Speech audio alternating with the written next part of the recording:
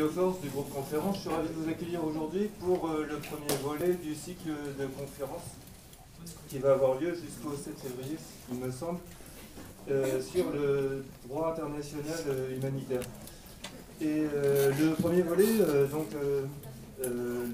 renforcer le droit international humanitaire, va commencer aujourd'hui et va nous être présenté par Louise-Anne Baudrier, qui est coordinatrice du pôle diffusion du DIH, et à qui je laisse la parole. Merci. Merci beaucoup.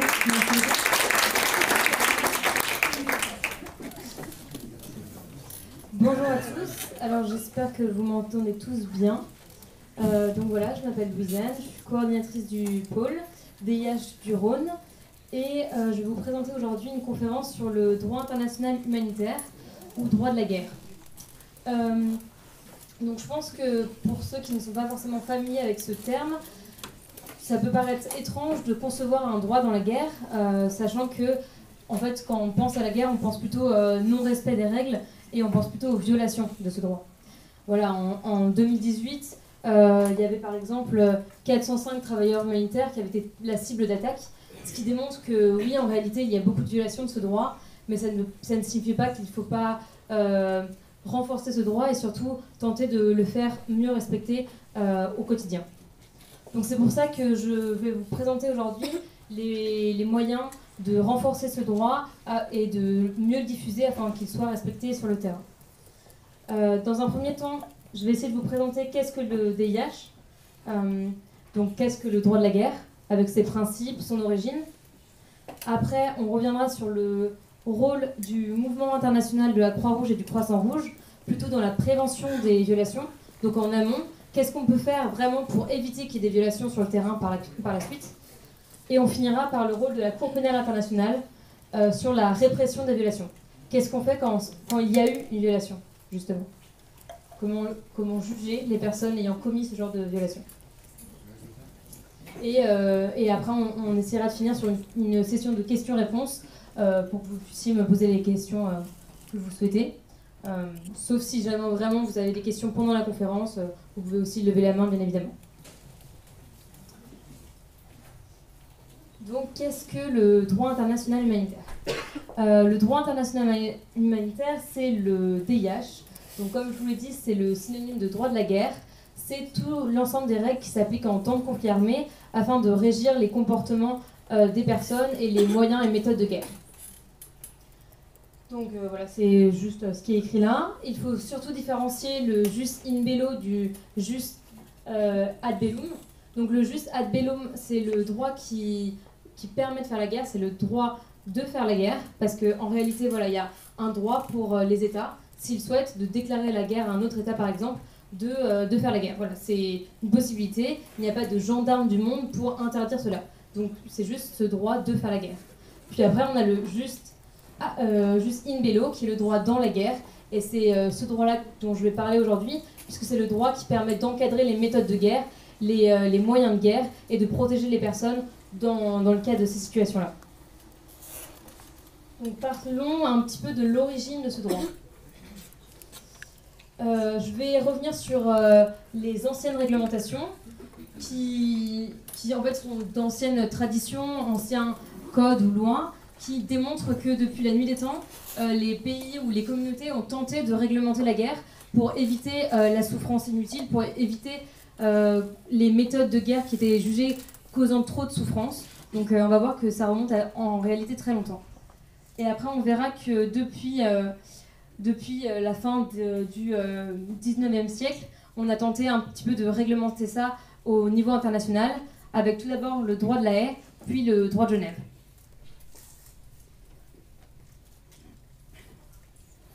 Donc au niveau des anciennes réglementations, comme je vous l'ai dit, ça date de très longtemps.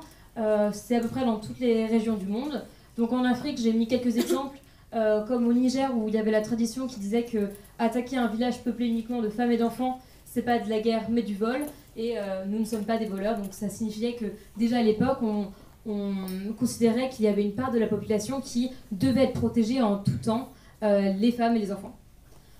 Après là, il y a une autre tradition que j'ai mis à côté, au Mali ou au Burkina Faso et d'autres pays de la région du Sahel, qui disait que nul ne frappera un ennemi désarmé, l'ennemi doit être capturé.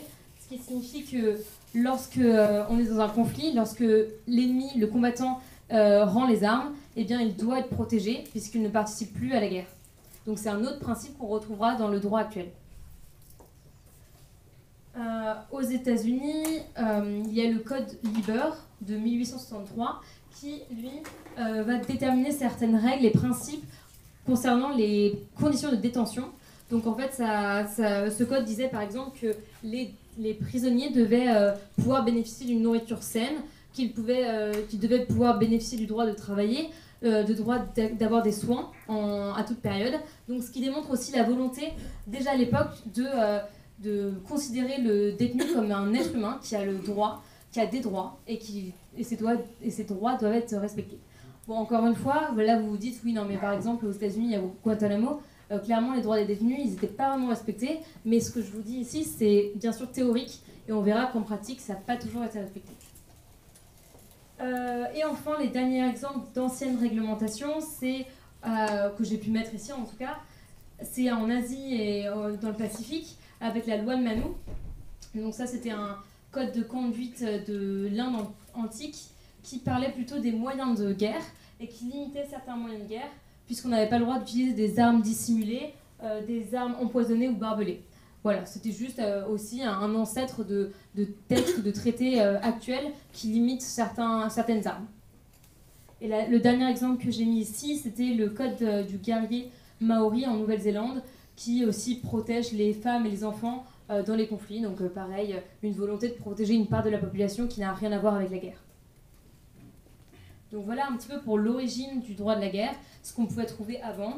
Et maintenant, on va passer à ce qu'on peut connaître plutôt à l'heure actuelle et ce qui est encore en vigueur.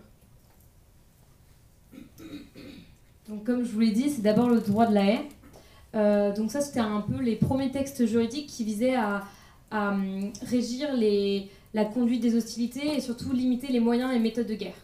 Donc ça date du tsar Alexandre II qui à l'époque combattait les Anglais et en fait a décidé d'interdire les balles, les projectiles explosifs de moins de 400 grammes. En fait, il l'a interdit pour les deux armées. Bon, clairement, il y avait un intérêt personnel parce que c'était plutôt les Anglais qui utilisaient ces projectiles-là et donc il voulait pas que son armée souffre de ça. Donc il a décidé de tout simplement interdire l'usage, donc pour des questions d'humanité, mais je pense qu'il y avait quand même un petit intérêt personnel derrière. Bon, c'est très bien quand même. Donc ça date de 1868, c'est la déclaration de Saint-Pétersbourg qui a évolué en Convention de la Haye quelques années plus tard, qui aussi limite les méthodes et moyens de guerre. Sauf qu'à l'époque, il manquait quand même des textes juridiques visant à protéger les personnes en temps de guerre, ceux qui ne participent pas à la guerre. Et ça, c'était plutôt le rôle du droit de Genève, qui complète le droit de la haie. Donc là, on va passer au droit de Genève, qui est un peu plus connu, je dirais. Alors, je ne sais pas si vous connaissez ce monsieur-là. C'est Henri Dunant.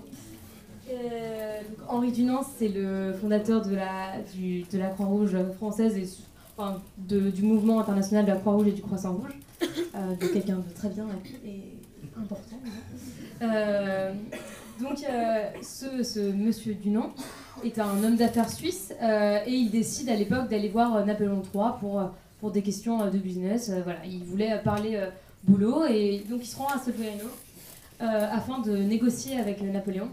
Et sauf qu'il tombe sur la bataille de Solferino et il est un peu choqué par l'atrocité de la bataille. Donc les troupes françaises et italiennes contre les troupes autrichiennes qui se battaient, sauf que cette bataille est effroyable, beaucoup de morts, mais des morts qui ne sont pas secourus.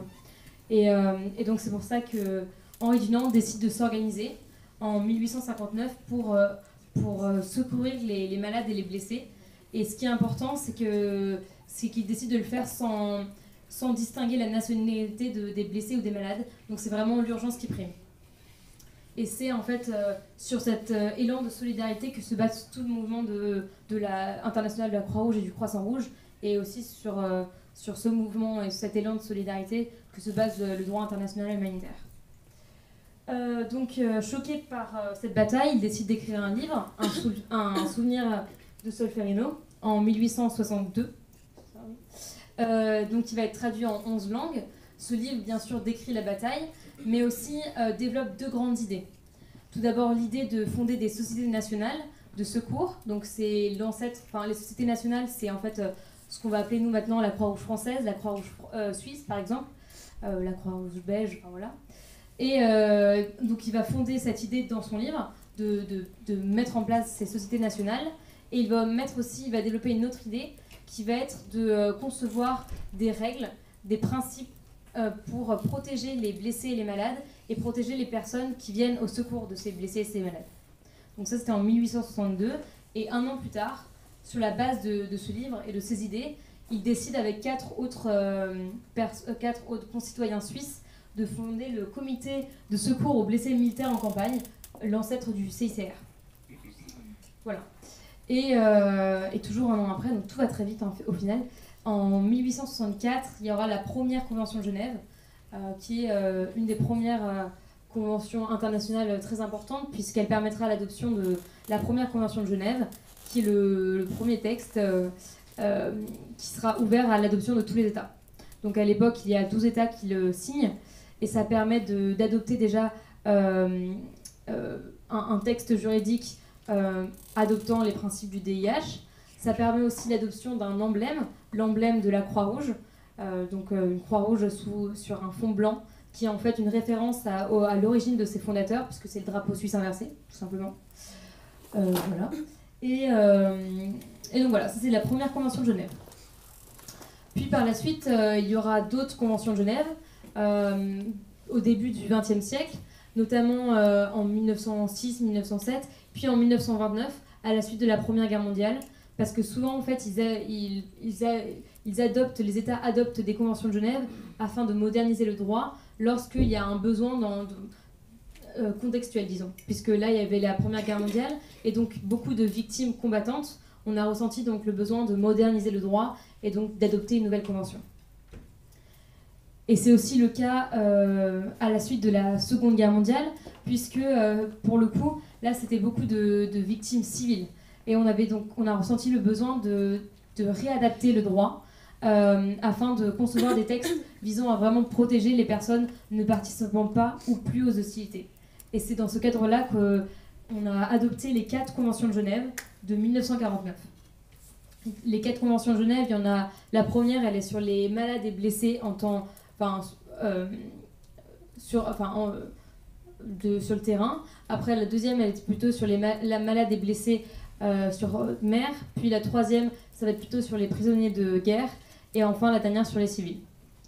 Donc voilà, c'est juste, c'était vraiment un besoin contextuel.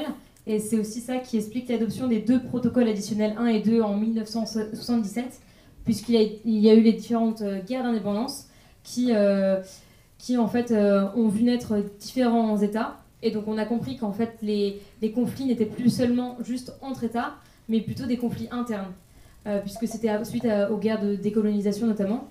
Et donc on a eu le besoin de concevoir des nouveaux textes, des textes qui étaient plus adaptés à ces nouveaux conflits, des conflits armés non internationaux, avec des forces internes qui se battaient contre un pouvoir colonial notamment. Et donc c'est dans ce cadre-là qu'on a adopté les 2 protocoles de 1977. Et le dernier protocole, c'était le protocole additionnel 3, qui a permis l'adoption d'un 3e emblème, le cristal rouge. On reviendra un peu plus tard sur la question des emblèmes, où je vous expliquerai justement pourquoi 3 emblèmes et pourquoi le cristal rouge. Donc ça, c'était un petit peu l'histoire du DIH et le fait que voilà, on est passé des anciennes réglementations au droit de la Haye, puis le droit de Genève.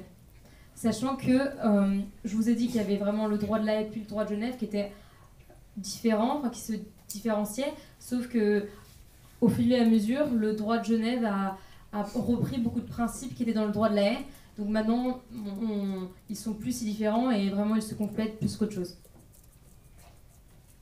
Maintenant qu'on a fini sur l'origine du DIH, parlons un petit peu des principes clés de ce droit. Il y en a 6 principaux. Donc je vais essayer de les expliquer en quelques mots. Donc voilà, là je vous ai mis aussi en haut les objectifs du DIH. Donc c'est restreindre les moyens et méthodes de combat, ainsi que protéger les personnes ne participant plus au combat, ou pas. Voilà.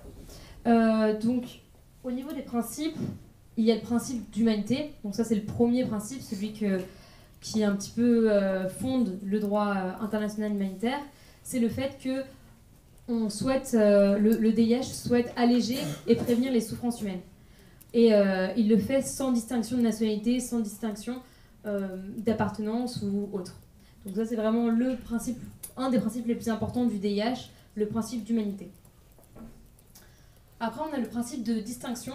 Donc ça, c'est le fait que lorsqu'on est dans un conflit, il y a un principe de distinction à respecter, ce qui signifie qu'on doit distinguer civil et militaire. Donc ça, ça paraît simple, mais au final, ça peut être un peu plus compliqué que juste l'énoncer comme ça, puisque il y a des critères à respecter. Un combattant, c'est une personne qui va tenir les armes, qui va avoir un uniforme et qui va être sous une autorité responsable. Donc, si on tient compte de ces principes, voilà, il y a vraiment une distinction à faire entre le combattant et le civil. Le civil ne pouvant pas faire l'objet d'une attaque, il ne peut pas être l'objet d'une cible. Le principe de distinction, c'est donc distinguer civil et combattant, comme je viens de le dire, mais également bien civil et bien militaire. Qu'est-ce qu'un bien civil? Alors c'est tout simple, ça va être tout ce qui est école, je sais pas, église, ça va être les maisons, les lieux publics. Donc c'est ce qu'on connaît dans notre vie quotidienne. Et tous ces biens-là ne peuvent pas faire l'objet d'une attaque. Lorsqu'on fait partie d'une armée, on ne pourra pas tirer sur une maison ou sur une église. C'est important de se le rappeler parce que c'est pas forcément respecté encore une fois. Et un bien militaire, donc ça va être le quartier général, une base militaire, ça va être un char. Et la petite complexité, c'est qu'un bien civil, une église par exemple, une école, peut devenir bien militaire lorsque une armée prend l'école pour en faire sa base militaire. Et dans ce cadre-là, eh bien, l'école devient bien militaire et peut faire l'objet d'une attaque. Parce que justement, elle est utilisée par l'armée et donc on peut le cibler. Donc ça, c'est le principe de distinction. Après, le troisième principe que j'ai évoqué ici, le principe de proportionnalité, c'est juste le fait qu'il faut adapter sa cible, son arme à sa cible. On dit souvent, on n'attaque pas une mouche avec un bazooka. Voilà, c'est tout simple, ça parle bien. Voilà, on va pas, si on a une cible, on ne va pas prendre une arme qui est disproportionnée par rapport à la cible en question. Quatrième principe, principe de loyauté. Ça peut paraître étrange de parler de principe de loyauté dans la guerre, et pourtant ça existe. C'est relié à l'interdiction de perfidie et au fait qu'on n'a pas le droit de commettre des actes qui visent à tromper la bonne foi de l'adversaire. Donc par exemple, je suis combattant et je vais simuler une blessure ou simuler la mort pour qu'après on vienne me secourir et après voilà, je tue la personne qui vient de me secourir. Là on parle d'acte déloyal et c'est aussi à l'encontre du DIH. Parce que même si on est dans la guerre, il y a ce principe de loyauté qu'il faut respecter. Je sais que ça peut paraître étrange et que ces principes peuvent être un petit peu en désaccord avec ce qu'on voit dans la réalité, mais ça reste très important de les connaître et pour qu'à l'avenir, ils soient peut-être mieux respectés. Cinquième principe, le principe de précaution. Donc c'est un principe qui dit qu'il faut mettre tout en œuvre pour éviter que l'on cause trop de dégâts, de dégâts ou de dommages. Par exemple, c'est le fait qu'on va essayer de ne pas mettre un stock d'armes à côté d'une école, tout simplement. Parce que voilà, ça pourrait causer un dommage trop important et c'est juste essayer de prendre en compte les potentiels dommages et faire en sorte qu'on prend les bonnes mesures par rapport aux dommages éventuels. Et enfin, dernier principe, c'est le principe de l'interdiction des mots superflus. C'est faire en sorte que l'utilisation des armes, par exemple, ne cause... Pardon. Voilà. Donc c'est le fait qu'on essaye de ne pas causer des mots superflus lorsqu'on attaque, justement, qu'il n'y ait pas un dommage excessif par rapport à l'avantage militaire recherché. Donc c'est dans ce cadre-là que beaucoup d'armes vont être interdites, voire limitées. Ça va être le cas de certaines armes classiques, les armes à sous-munitions. Ça va être le cas lorsqu'on a interdit les lasers aveuglants, les balles doom-doom, le gaz moutarde. Ça découle de ce principe-là. Quand on va interdire les armes, l'arme chimique ou même l'arme nucléaire, c'est dans ce cadre-là également. Et voilà, je voulais aussi revenir sur l'arme nucléaire un peu plus précisément, parce que c'est une arme qui est donc pas du tout limitée dans le temps ou dans l'espace. C'est une arme aussi qui donc respecte pas le principe de l'interdiction des mots superflus, mais elle va pas respecter aussi le principe de proportionnalité ou le principe de distinction. En réalité, cette arme ne respecte quasiment aucun de ces principes. Et c'est pour ça qu'il y a des traités qui ont été signés et adoptés afin de l'interdire complètement. Donc il y a eu d'abord le premier traité en 1968 qui visait d'essayer de stopper sa prolifération. Donc ça a été ratifié par un certain nombre d'États. Et puis maintenant, il y a un nouveau traité en juillet 2017 qui a été adopté, qui vise son interdiction totale, mais malheureusement, il n'y a pas assez d'États qui l'ont ratifié pour que ce traité soit en vigueur. Donc là, le CICR notamment est en campagne actuellement pour essayer de faire en sorte que ce traité soit ratifié par le plus grand nombre d'États. Donc voilà, là j'en ai fini un petit peu avec les principes clés du DIH, et je pense que vous en avez tous rendu compte que ces principes ils sont très beaux sur le papier, mais que malheureusement en réalité c'est moins simple de les appliquer, et c'est notamment du fait des difficultés de mise en œuvre du DIH. Donc voyons voir quelles sont ces difficultés. J'en ai énoncé quelques-unes, je ne vais pas aller trop dans le détail non plus, parce que la semaine prochaine vous avez une conférence sur les défis du DIH, et je pense que donc vous allez revenir un peu plus dans le détail sur ces difficultés. Je voulais juste rapidement en évoquer certaines. Donc tout d'abord, le fait qu'il y a une multiplication des acteurs, puisque comme je vous l'ai dit, les conflits ont été transformés depuis l'adoption des premières conventions de Genève. Depuis 1949, il y a eu une transformation des conflits. Voilà, ça ne va plus être des conflits que entre États. Maintenant, on va aussi avoir des groupes armés rebelles, des groupes armés non étatiques, des groupes terroristes. On va avoir donc un certain nombre d'acteurs combattants, aussi un certain nombre d'acteurs alliés, des partenaires également. Donc on a vraiment une multiplication de tous ces acteurs sur un seul terrain, ce qui complexifie beaucoup la situation et ce qui rend le DIH un petit peu compliqué à appliquer. On ne sait pas vraiment comment concevoir ces différents acteurs. La deuxième difficulté que je voulais évoquer avec vous ce soir, c'était sur la complexité des phénomènes de violence, puisque sur un même terrain de conflit, on va avoir différents phénomènes de violence. Bien sûr, la violence, la guerre entre combattants, mais après on va avoir aussi la destruction un petit peu plus sur le long terme, la destruction environnementale, la destruction du patrimoine culturel. Il va y avoir aussi tous les dommages sanitaires. Après, on aura aussi des violences sexuelles. Donc, en fait, tous ces phénomènes de violence qui vont être accumulés, et donc le droit va avoir du mal à répondre à tous ces nouveaux phénomènes de violence. Et c'est pour ça aussi que c'est un nouveau défi qui fait que le DIH est malheureusement difficile à mettre en place à l'heure actuelle. Un autre des défis, ça va être la superposition des cadres juridiques. Donc, comme je vous l'ai dit depuis tout à l'heure, lors d'un conflit, il y a bien sûr le DIH qui s'applique, donc le droit international humanitaire, mais il y a d'autres textes juridiques, tels que les droits de l'homme, puisque lorsqu'on est dans un conflit, il y a des combattants, des individus, et leurs droits humains peuvent être revendiqués, ou notamment, par exemple, l'interdiction de la torture dans les prisons. C'est à la fois une interdiction qu'on peut retrouver dans le DIH, mais qu'on va retrouver aussi dans les droits de l'homme. Donc ça montre qu'il y a différents textes juridiques dont on peut faire appel lorsqu'on pense à ces situations de conflit, et ça peut être compliqué donc de superposer ces différents textes. Donc voilà, c'est aussi un autre de ces défis.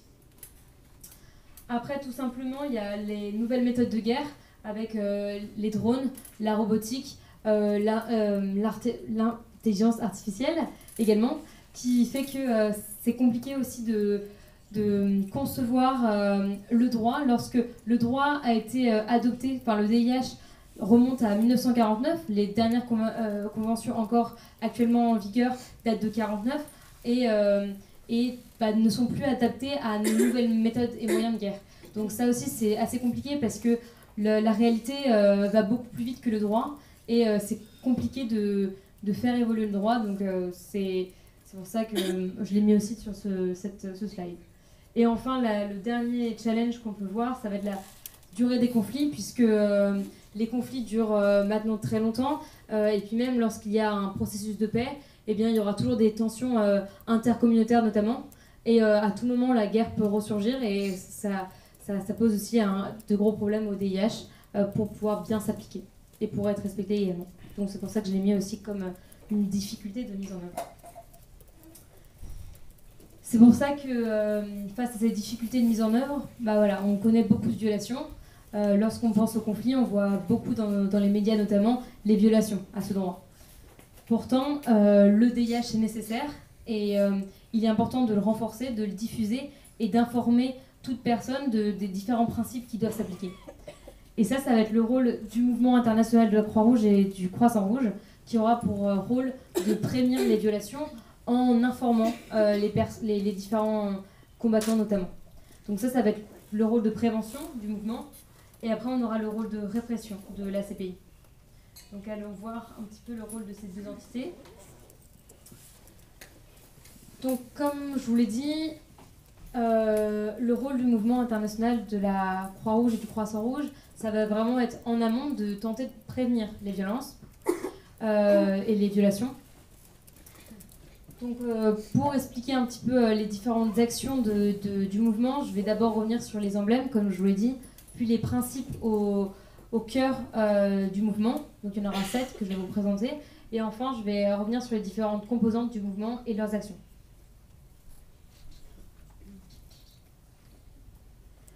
Alors les emblèmes, je pense que ici tout le monde connaît la Croix-Rouge, donc vous pouvez la voir ici. Donc elle date, comme je vous l'ai dit, de la première convention de Genève, donc de 1864. Elle avait une vocation universelle, ça devait être le seul et unique emblème, parce que c'était juste plus simple et que ça avait une vocation universelle qui devait s'appliquer à tout conflit. Et ça avait vraiment cette vocation. Sauf que dès 1870, il me semble, il y avait l'Empire ottoman qui était en guerre contre la Russie, qui a refusé d'utiliser la Croix-Rouge et qui a souhaité utiliser le Croissant-Rouge parce qu'il voyait dans cette croix un signe religieux. Alors que vraiment, et ça je tiens à ce que vous vous souveniez de ça, il n'y a aucun lien entre la religion et ces emblèmes-là, aucune connotation religieuse, mais pourtant certains pays peuvent y interpréter un certain lien. Donc c'est pour ça que l'Empire ottoman a souhaité plutôt utiliser un croissant rouge parce que ne se reconnaissait pas dans le signe de la croix rouge. Donc à la suite de cette revendication, en 1929, il a été décidé d'accepter qu'on utilise le croissant rouge. Donc depuis, c'est devenu le second emblème du mouvement. En 1929, il y avait un autre emblème qui a été adopté, c'est le lion et le soleil rouge. Donc ça, c'était l'Empire perse qui l'avait souhaité. Sauf que maintenant, on n'utilise plus du tout cet emblème, c'est pour ça que je ne vous l'ai pas mis, parce qu'il est tombé en désuétude dans les années 80. Donc voilà, c'est pas forcément nécessaire de le mettre maintenant. Et comme vous pouvez vous en douter, c'est que certains pays ne se sont toujours pas reconnus ni dans la croix ni dans le croissant, disant que voilà, il y avait toujours un peu une connotation religieuse, alors qu'encore une fois, il n'y en a pas. Et c'était le cas des Pays-Bas qui ont voulu adopter un autre emblème, donc on leur a refusé, et Israël qui a souhaité mettre une étoile de David rouge, parce qu'ils ne se reconnaissaient ni dans l'étoile, ni dans le croissant. Sauf que pareil, ça a été refusé. Alors en 2005, il y a eu le protocole additionnel 3, et on a décidé d'adopter un autre signe, un autre emblème, le cristal rouge, donc qui est un petit losange. Donc là, clairement, on y voit... C'est compliqué d'y interpréter un signe religieux, pour le coup. Et donc, du coup, ça permettait seulement d'avoir un troisième emblème pour les pays ne souhaitant pas adopter la croix ou le croissant. Et chaque pays pourra ajouter à l'intérieur de ce cristal un logo, tel que Israël l'a fait. En fait, il va utiliser le cristal rouge et il y appose l'étoile de David à l'intérieur. Et là, ce que je vous ai mis en bas, c'est le fait que ces emblèmes, ces trois emblèmes, sont la propriété du mouvement, ce qui signifie que lorsque le personnel humanitaire, le personnel militaire ou le personnel sanitaire l'utilise, il devra demander une autorisation au mouvement. Et la Croix-Rouge française, par exemple, on paye des droits au mouvement pour pouvoir l'utiliser. Ce qui est important de se retenir aussi, c'est que cet emblème a deux usages. Donc indicatif, donc c'est un lien d'appartenance, et protecteur. Donc lorsqu'on a cet emblème-là, on est protégé en temps de conflit. Mais il faut savoir que lorsqu'on est personnel humanitaire ou sanitaire, par exemple, et qu'on porte cet emblème, on est protégé, mais pas seulement parce qu'on a l'emblème, mais surtout parce qu'on fait partie d'un corps de métier, donc l'humanitaire ou le sanitaire, qui est protégé par sa fonction. Dans les conventions de Genève, on est protégé parce qu'on est personnel humanitaire, parce qu'on est personnel sanitaire. Et c'est le cas lorsque, dans un conflit, on a un hôpital qui ne porte pas la Croix-Rouge ou le Croissant-Rouge, ou même le Cristal Rouge, il sera protégé quand même, parce que c'est sa fonction d'hôpital qui lui donne cette protection. Voilà, et encore une fois, j'ai rappelé qu'aucun de ces emblèmes n'est religieux. Voilà. Donc, une fois qu'on a fini sur la question des emblèmes du mouvement, parlons un peu des principes clés qui fondent le mouvement et que auxquels tous les bénévoles adhèrent, bien évidemment. Donc ces sept principes datent de 1965. Ils ont été adoptés lors de la 20e conférence de Genève. Et je vais essayer de les détailler un peu avec vous.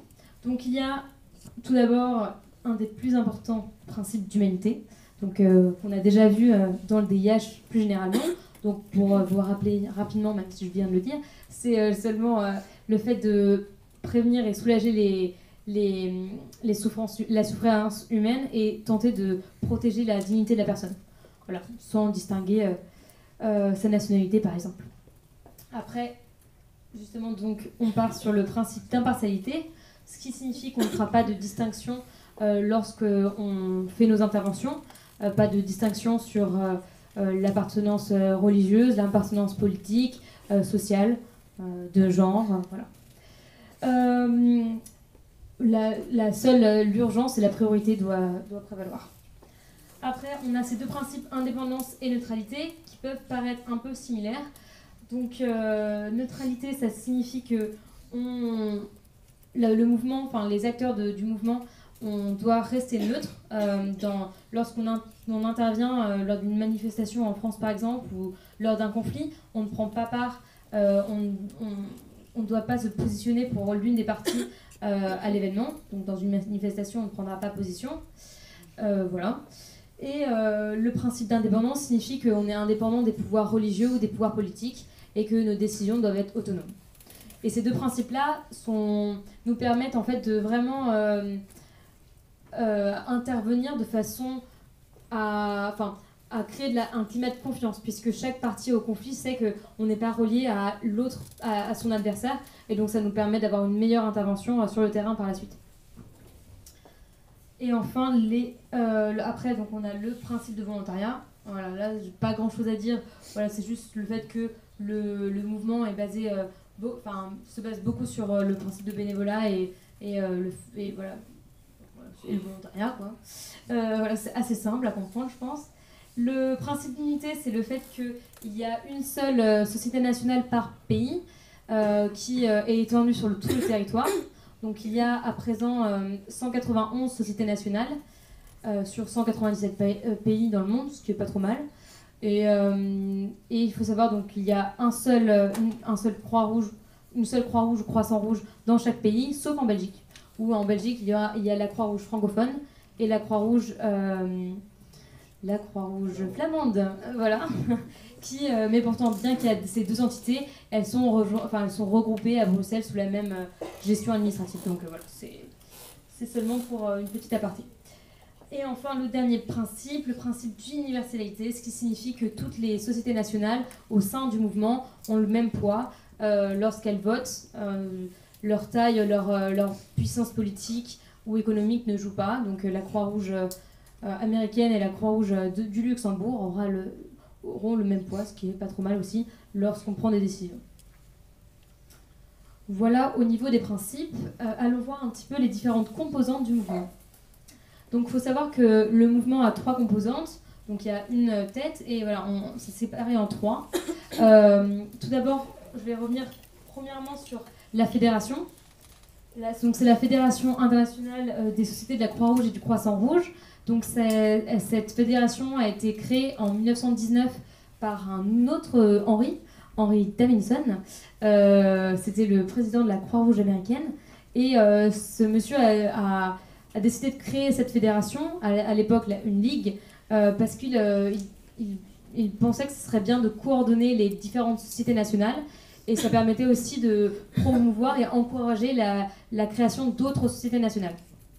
À l'heure actuelle, donc cette fédération a comme mission de coordonner les sociétés nationales, comme je l'ai dit, mais aussi d'intervenir lors d'une catastrophe sanitaire ou environnementale.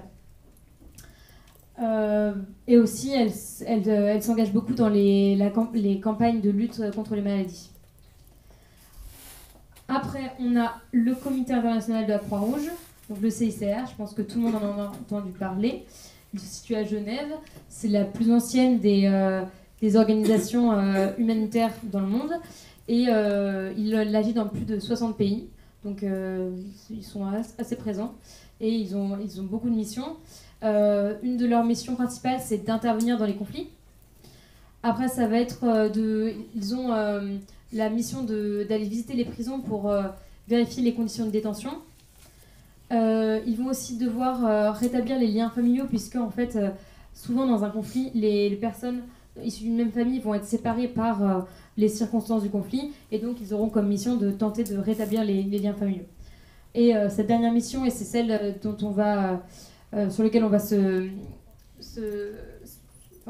renseigner un peu plus, ça va être le respect et la diffusion du DIH, puisque le CICR est le gardien du DIH, et donc on va essayer d'aller voir un petit peu quelles sont ses actions par rapport à cette diffusion. Dernière composante, les sociétés nationales. Donc comme je vous l'ai dit, il y en a 191. Elles ont différentes missions, en fait, selon l'urgence et les besoins sur le terrain. C'est-à-dire que la Croix-Rouge française, on n'aura sûrement pas les mêmes missions que la Croix-Rouge syrienne, par exemple, du fait du contexte actuel. Donc voilà, ça peut être de la gestion de catastrophes, de la prévention, de la formation, de l'accompagnement aux personnes vulnérables. Voilà, on a différentes choses, et aussi la diffusion du DIH, et c'est dans ce cadre-là qu'on va essayer de détailler ces activités.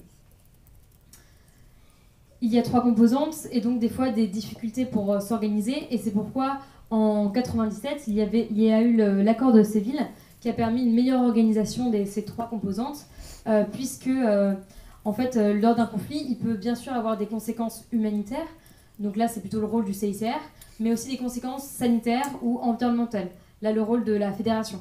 Et donc pour essayer de coordonner au mieux et gérer au mieux les différents points logistiques ou les ressources matérielles ou financières, cet accord permet de décider qui est l'entité directrice lors d'une situation particulière. Voilà, c'était juste un petit point organisation pour finir sur les composantes. Maintenant, allons voir un peu plus dans le détail quel est le rôle précisément du CICR et des sociétés nationales dans la prévention des violations et dans la diffusion du DIH plus généralement. Concernant le CICR, comme je vous l'ai dit, c'est le gardien du DIH, et donc c'est même inscrit dans ses statuts, comme vous pouvez le voir là. Voilà, c'est le rôle du CICR est de promouvoir le DIH, veillant à sa diffusion, son application, son respect et son développement. C'est pour ça que voilà, il a comme mission d'abord de développer et moderniser le DIH, afin donc de le rendre encore plus adapté à la situation actuelle. Et il a aussi un rôle de partager les bonnes pratiques, puisque bien qu'on ne voit souvent que les violations, il est important de rappeler que dans certains cas, le DIH peut être respecté même en cas de conflit. Et donc je vais aussi revenir sur cette partie-là, puisque le CICR actuellement tente de changer un petit peu le discours médiatique actuel en encourageant les gens à regarder plutôt vers les bonnes pratiques et non seulement vers les violations. Alors, comment moderniser et développer le droit de la guerre ? Eh bien, comme je vous l'ai dit, on va essayer de concevoir des protocoles additionnels. Dès 1977, ça a été le cas. On prend en compte le contexte et on tente d'améliorer et de moderniser le droit. Après, il y avait le protocole aussi de 2005 où on a adopté un nouvel emblème, ce qui démontre aussi cette volonté de toujours adapter le droit au contexte actuel. Après, on va essayer de développer une expertise dans les nouveaux défis du DIH. C'est un petit peu ce que tente de faire le CICR, avec des groupes d'experts qui vont être spécialisés dans, par exemple, les nouvelles méthodes de guerre, avec la question des drones, avec la question de la protection de l'environnement dans les situations de conflit. Donc ils ont des groupes d'experts qui vont se rassembler pour tenter de potentiellement, dans le futur proche ou pas, adopter un traité pouvant un peu réguler ça et encadrer les conflits en tenant compte de l'environnement par exemple ou des drones. Et c'est dans ce cadre-là qu'ils vont lancer des campagnes de sensibilisation telles que ce que je vous ai mis là, le hashtag NuclearBan. C'est une campagne de sensibilisation sur la réalité sur l'arme nucléaire globalement et sur qu'est-ce qu'il arriverait si jamais il y avait une guerre nucléaire demain. Ils ont fait une petite vidéo assez alarmante, on va dire, sur quel serait notre quotidien s'il y avait une guerre nucléaire. Et ça vise à encourager en fait, les pays à après ratifier le traité d'interdiction de l'arme nucléaire. Le CICR aussi organise souvent des conférences internationales tous les 4 ans à Genève. La dernière a eu lieu en décembre dernier et toutes les sociétés nationales sont invitées pour pouvoir réfléchir au DIH ou aux différents objectifs du mouvement. Et dans ce cadre-là, ils tentent de moderniser le DIH notamment. Et en décembre dernier, il a été décidé qu'il faudrait tenter de renforcer la diffusion du DIH dans les sociétés nationales. Donc par exemple en France, tenter de renforcer la diffusion du DIH. Et enfin, le CICR peut aussi réaliser des enquêtes de mise en œuvre du DIH pour en fait se rendre compte un petit peu de quelle est vraiment son application, quelle est l'image du DIH pour le grand public. Est-ce que le grand public est conscient du DIH? Est-ce qu'il est informé? Et c'est dans ce cadre-là qu'en 2016, ils ont conçu une étude qui s'appelle Les voix de la guerre, où en fait 16 États ont été interrogés, des États tels que l'Ukraine, la France ou d'autres pays européens, ou des États en conflit, tels que Soudan, Libye, Irak, voilà. Et donc en fait, on a pu voir, je vous ai mis un petit graphique, qu'en fait on a eu une baisse dans le climat de confiance lié au DIH, puisque en 99 il y avait quasiment 52% des personnes qui pensaient que les conventions de Genève et le DIH empêchaient ou permettaient d'empêcher les guerres, en tout cas limiter l'impact des guerres. Et en 2016 c'était plus que 38%, comme vous pouvez le voir. Donc voilà, et en fait il y a tout un rapport avec différents questionnaires et on peut voir notamment aussi que l'utilisation de la torture a augmenté, donc super. En fait voilà, c'est une question qui était liée au fait de est-ce qu'on peut utiliser la torture lorsqu'on est devant un ennemi qui a des informations cruciales pour gagner la guerre en gros. Et le nombre de oui a augmenté aussi, ce qui démontre du besoin et de la nécessité justement de diffuser le droit international humanitaire et ses principes pour éviter que justement ce genre de questionnaire et ces évolutions se continuent dans le futur. Donc là j'ai un petit peu fini avec ce que fait le CICR et ses activités concernant la prévention des violations et la diffusion de DIH. Pardon, sur plutôt le développement et la modernisation du DIH. Mais maintenant, je voulais finir sur les activités du CICR, sur comment il fait pour changer le discours. Comme je vous l'ai dit, et comme je pense que vous voyez le DIH, on voit dans les médias que les violations, que tous les exemples de mauvaises pratiques, tous les exemples de torture dans les prisons, tous les exemples de civils qui sont tués dans les attaques, et toutes ces violations du droit international humanitaire. Mais il faut savoir, et c'est important de le souligner, qu'il y a des évolutions dans les pratiques des combattants, dans les pratiques des groupes armés, et que certains groupes armés ont décidé de changer leurs pratiques afin de respecter, de mettre en œuvre le DIH. Le CICR, afin de changer le discours, a mis en place un site qui s'appelle DIH en action. Donc ce site a seulement 2 mois. Et en fait, il recense plein d'exemples de bonnes pratiques. Donc c'est vraiment super encourageant. Et je vous encourage à aller regarder ce site plus tard si vous en avez l'occasion. Parce que voilà, on a un exemple de plein de bonnes pratiques où il y a un respect du DIH et des améliorations dans les méthodes de combat. Là, je vous ai mis quelques petits exemples pour vous montrer que ça existe, l'amélioration. Tout d'abord, en République centrafricaine, suite au forum de Bangui en 2015, il y a eu plus de 10 000 enfants soldats qui ont été démobilisés. En tout cas, qui sont en cours de démobilisation, et des chefs de groupes armés se sont engagés à ne plus recruter d'enfants soldats. Donc voilà, c'est un petit pas vers l'amélioration. La situation n'est pas idéale, mais c'est important quand même de souligner qu'il y a eu une amélioration. Bien que, bien évidemment, c'est toujours pas idéal. Après, en Libye, il y a eu une volonté dès 2013 de prendre en compte une des insécurités dans le pays, puisqu'en fait, suite au conflit en Libye, il y avait beaucoup de mines ou de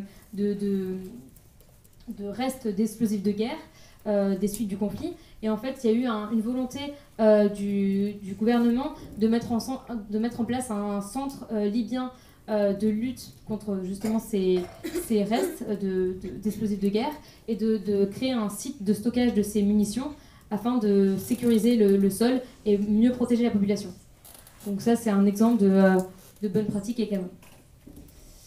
Toujours en Libye, il y a en fait en mai 2019, ils ont adopté un manuel sur le DIH qui recense plusieurs principes du DIH pour un petit peu démontrer et sensibiliser les combattants au droit international humanitaire.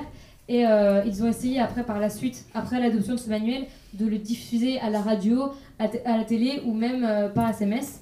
Je vais vous lire un petit SMS qui a été envoyé à toute la population en Libye, qui démontre de la volonté du gouvernement de sensibiliser les civils et les combattants à l'importance du DIH. Donc ce message c'était souvenez-vous, lorsque vous capturez un partisan de Kadhafi qui est libyen comme vous, sa dignité est votre dignité car nous sommes tous libyens. Sa famille est votre famille, son honneur votre honneur. Voilà, c'est un SMS assez simple qui souligne juste l'importance de respecter la dignité humaine de toute personne en temps de conflit, que ce soit notre ennemi ou pas. Voilà, donc ça c'est aussi un exemple d'amélioration en Libye. Après, en Syrie, on a en fait une ONG de Genève qui est allée sur le terrain depuis 2016 et qui forme des groupes armés au DIH. Donc en fait, ils ont sélectionné 4 groupes armés et en fait, ils vont tout simplement les former aux différents principes qui s'appliquent lors d'un conflit. Et ce qu'ils ont trouvé pour tenter de mieux sensibiliser ces groupes, c'était de trouver des liens entre le DIH, donc le droit de la guerre, et le droit islamique, que ces combattants souvent respectent, puisqu'il y a des liens qui sont indéniables. Et donc, démontrer qu'il y a des liens, c'est montrer que le DIH est aussi important et qu'il faut le respecter. Voilà, donc ça c'était pour la Syrie. Et enfin, en Irak, il y a eu une réforme dans les centres de détention. Là, c'était... Enfin, en fait, ils ont essayé d'encourager au mieux les visites des familles pour les détenus. Ils ont essayé aussi de faire en sorte qu'il y ait un accès aux soins 24 heures sur 24, et qu'il y ait aussi, je crois, un enseignement au Coran, afin qu'il y ait une bonne interprétation du Coran qui soit faite. Voilà, c'est des exemples de réformes dans les camps de détention qui sont aussi intéressantes pour démontrer d'une nouvelle pratique. Donc voilà tout ce qui était important pour moi de souligner concernant le CICR et ses activités pour tenter de prévenir les violations en démontrant que le DIH peut avoir un impact positif et a une importance afin d'éviter qu'il y ait des violations par la suite. Puisque lorsque l'on enseigne, lorsque l'on diffuse, lorsqu'on sensibilise, eh bien après on est plus apte à mieux respecter ces règles. Donc ça c'était vraiment sur les activités du CICR. Maintenant sur le rôle des sociétés nationales. Donc là je vais prendre l'exemple de la Croix-Rouge française et du pôle DIH du Rhône, puisque c'est le pôle dans lequel je travaille actuellement. Et je vais vous expliquer un petit peu nos différentes actions pour vous montrer qu'on a aussi un rôle assez important par rapport à la diffusion du DIH. Donc on a différentes façons de sensibiliser, différentes actions. Je vous les ai toutes listées là. Donc il y a déjà des sensibilisations un petit peu ludiques, disons, puis après des sensibilisations peut-être un petit peu plus théoriques. Concernant les sensibilisations ludiques, on a l'exemple du Limito. Donc c'est tout simplement un jeu, tel un jeu de loi. Donc je pense que vous avez tous déjà joué au jeu de loi quand vous étiez petits, qu'on peut mettre en place dans les écoles pour sensibiliser les plus jeunes, mais aussi qu'on peut aussi faire avec tout public. Et c'est seulement pour sensibiliser au principe du DIH. Donc en fait, l'enfant ou le participant va jouer au jeu, il va donc tomber sur une case et on va lui poser une question et il va pouvoir après, il aura deux réponses. Une réponse où le droit international humanitaire est respecté et une réponse où le DIH n'est pas respecté. Et donc à travers le jeu, il va pouvoir être sensibilisé et comprendre un peu mieux quels sont ces principes qui doivent s'appliquer. On a aussi le Red Cross. Donc le Red Cross, c'est un jeu aussi pédagogique qu'on met beaucoup en place au sein du Rhône, notamment auprès des étudiants en droit, des étudiants comme vous qui en fait sont amenés peut-être à travailler dans des zones de conflit. Après, ça va être aussi des étudiants aides-soignants ou infirmiers. Et en fait, ce jeu pédagogique, il a une durée d'à peu près 4 heures et le participant va être au cours de l'activité, il va être d'abord personnel humanitaire, personnel sanitaire, puis combattant et enfin chef d'armée. Et en fait, à travers l'atelier, les différents ateliers, il va pouvoir être sensibilisé au principe aussi du DIH. Et après, on finit par un petit procès à la CPI. Et donc souvent, c'est assez ludique et les participants aiment bien. En général, on a des bons retours. Voilà. Après, on a aussi les quiz. Donc là, les quiz, ça va plutôt être des choses qu'on fait de façon individuelle. C'est pas vraiment le pôle qui le faisons à la place des gens. On vous incite plus à le faire chez vous si vous avez un peu de temps. Il y a différents quiz. Il y a les quiz qui ont été créés par le CICR qui permettent en fait de se tester soi-même pour voir si on connaît bien le DIH ou pas. Et il y a un quiz aussi assez intéressant et assez marrant à faire qui a été créé par la Croix-Rouge belge. Et là, c'est un quiz sur le Game of Thrones. Et en fait, je ne sais pas si vous avez vu cette série, mais en fait, à travers le quiz, on peut reconnaître les différentes violations que les différents personnages de Game of Thrones ont commis à travers les 8 saisons. Donc il y a plus de 104 violations au DIH commises par les personnages, donc pour vous dire. Et j'ai des petits exemples si vous voulez. Je vais essayer de les retrouver. Par exemple, Jon Snow, il a utilisé des enfants soldats. Pas bien. Par contre, Robb Stark, il assiste tout blessé sans distinguer leur nationalité. Très bien. Donc, bon, voilà, c'est important de le dire. Voilà. Et enfin bon, bref, à travers ce petit quiz, ce qui est assez marrant, on peut se sensibiliser aussi au DIH. Voilà. Après, sur ce qui est un peu plus théorique, nous avons d'abord les formations au DIH. Donc ça, c'est des choses que vous pouvez retrouver en ligne sur le site du CICR ou alors que vous pouvez faire en personne au sein de notre pôle.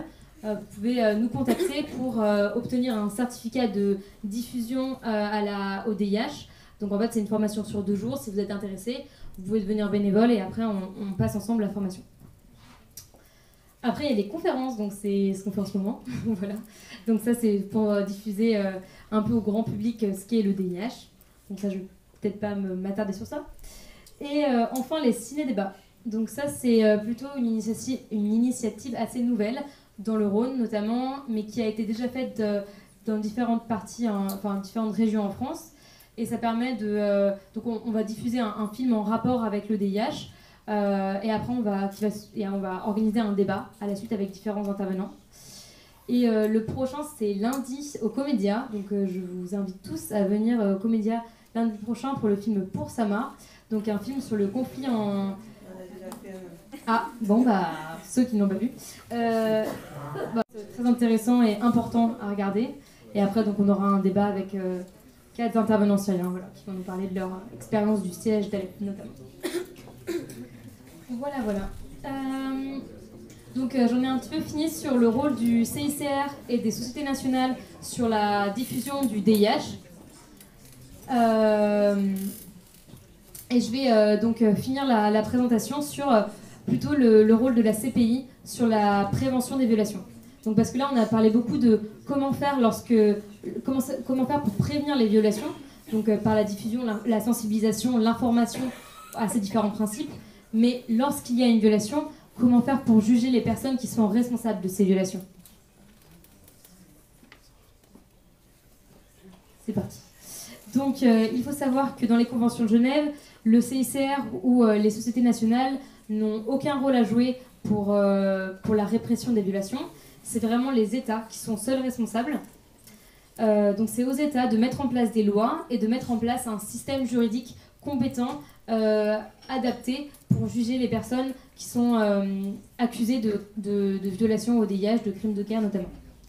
Sauf que lorsque les États ne sont pas capables, qui n'ont pas un système juridique adapté, un système juridique qui n'a pas les moyens, ou un système juridique corrompu, ou alors tout simplement que l'État en question ne souhaite pas poursuivre ces personnes, eh bien c'est la Cour pénale internationale qui a compétence. Et ça, c'est le principe de complémentarité que j'ai mis ici, ce qui signifie que lorsqu'un État est en capacité, la Cour n'aura aucun rôle. Pour revenir un peu sur les activités de la Cour et sa compétence, je vais d'abord vous parler de l'origine de la Cour et l'origine en règle générale de la justice pénale internationale, pour après finir sur le fonctionnement de la Cour. Alors, depuis la fin du 19e siècle, tous les États et la communauté internationale a ressenti un besoin de mettre en place une Cour permanente de justice, afin de juger des personnes ayant commis des violations au VIH. Sauf que à l'époque, c'était compliqué à mettre en place et ça a été refusé par le Conseil des Nations Unies. Non, c'était pas des Nations Unies, mais des Sociétés des Nations, exactement. Donc voilà, ça a été refusé à l'époque. Mais à la suite des horreurs de la Première Guerre mondiale et de la Seconde Guerre mondiale, on a mis en place différents tribunaux, parce qu'il y avait une nécessité de mettre en place ces tribunaux militaires. Donc, voilà, donc on a d'abord mis le 8 août 1945 en place le tribunal militaire international de Nuremberg, donc pour juger les responsables nazis. Donc il y a eu 12 condamnés à mort, 5 peines de prison et 3 acquittements. Puis le 16 janvier 1946, on a mis en place le tribunal militaire international pour l'Extrême-Orient à Tokyo, qui était chargé de juger des crimes commis par les responsables japonais dans la guerre du Pacifique. Et cette fois, c'était 7 condamnés à mort et 16 peines de prison. À la suite de ces tribunaux, donc qui était une première, un prémisse à la Cour pénale internationale, la première fois qu'on essayait de mettre en place une Cour de justice internationale, il y a eu quand même, comme vous pouvez le voir sur cette frise, un grand laps de temps entre 45-46 et 93-94.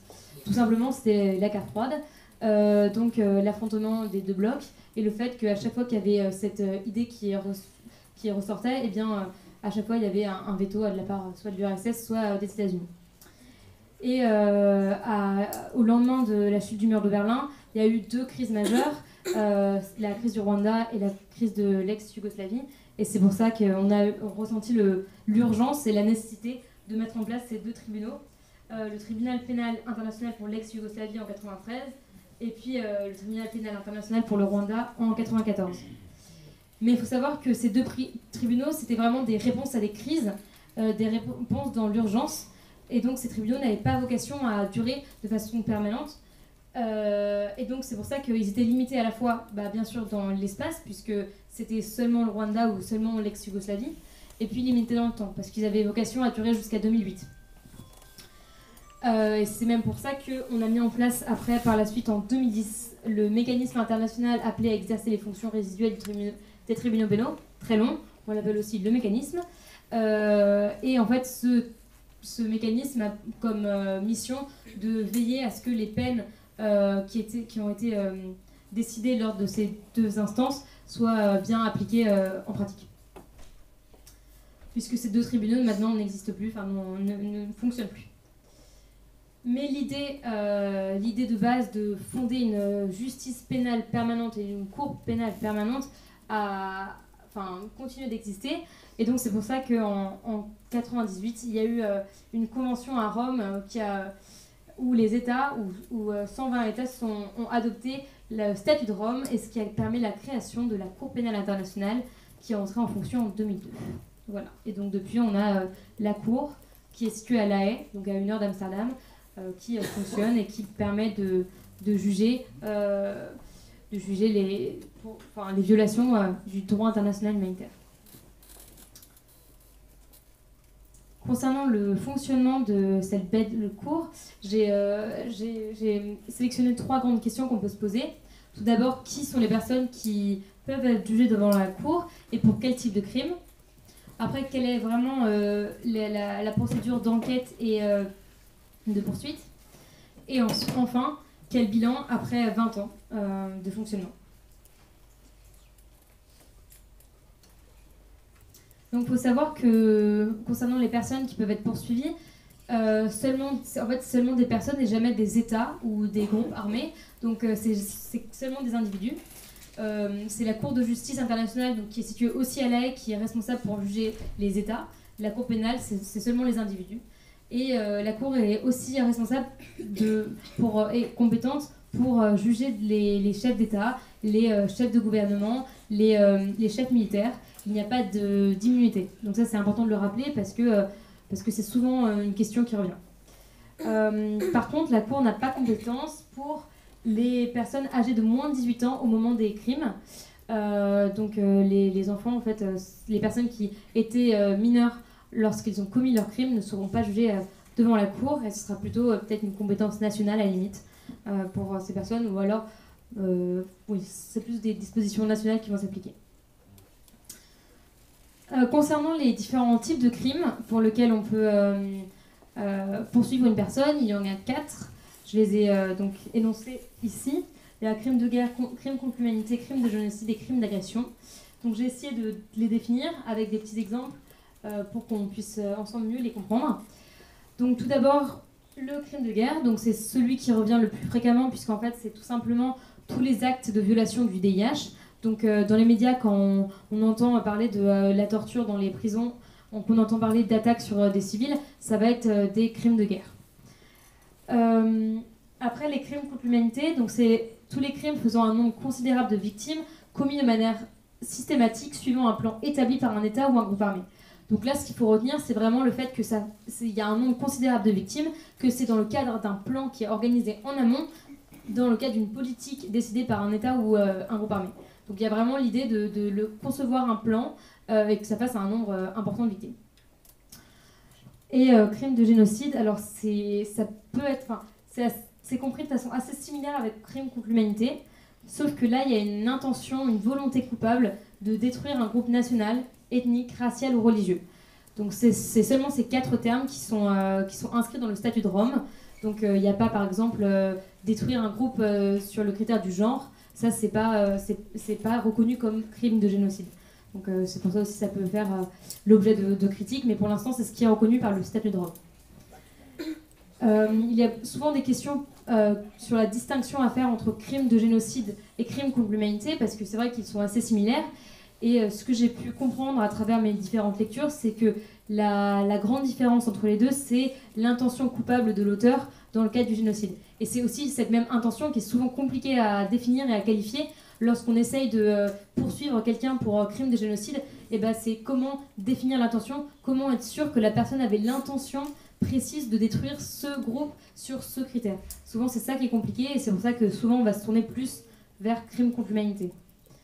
Pour juste l'aspect un peu plus factuel, dans le cadre des tribunaux de Nuremberg, les responsables nazis ont été jugés pour crime contre l'humanité et non crime de génocide. Alors pourtant, on parle de génocide juif. Donc voilà, c'est juste pour vous parler qu'en termes juridiques, il y a un peu une différence de ce qu'on peut imaginer au niveau historique ou même dans l'imaginaire collectif.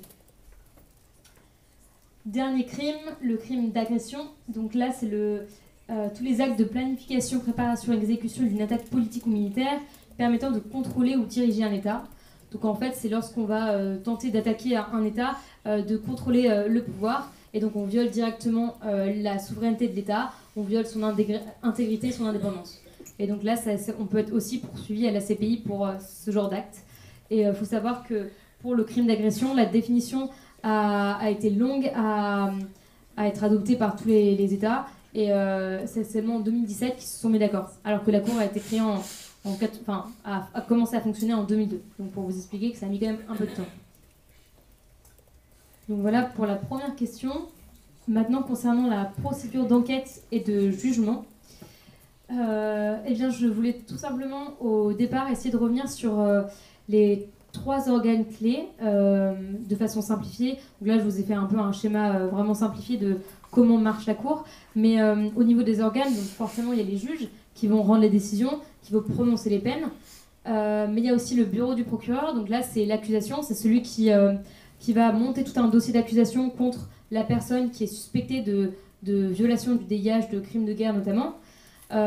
Donc ils vont devoir rassembler des preuves pour pouvoir aller montrer toutes ces preuves devant les juges. Donc ça, c'est vraiment le rôle du procureur. Et après, il y a le greffe, donc ça, c'est plutôt la gestion administrative des preuves, gestion des victimes, gestion des témoins qui vont après parler devant les juges. Donc là, c'est peut-être un peu le travail un peu de fond et ceux qu'on ne voit pas forcément. Au niveau de la procédure, donc j'ai simplifié aussi avec 3 étapes.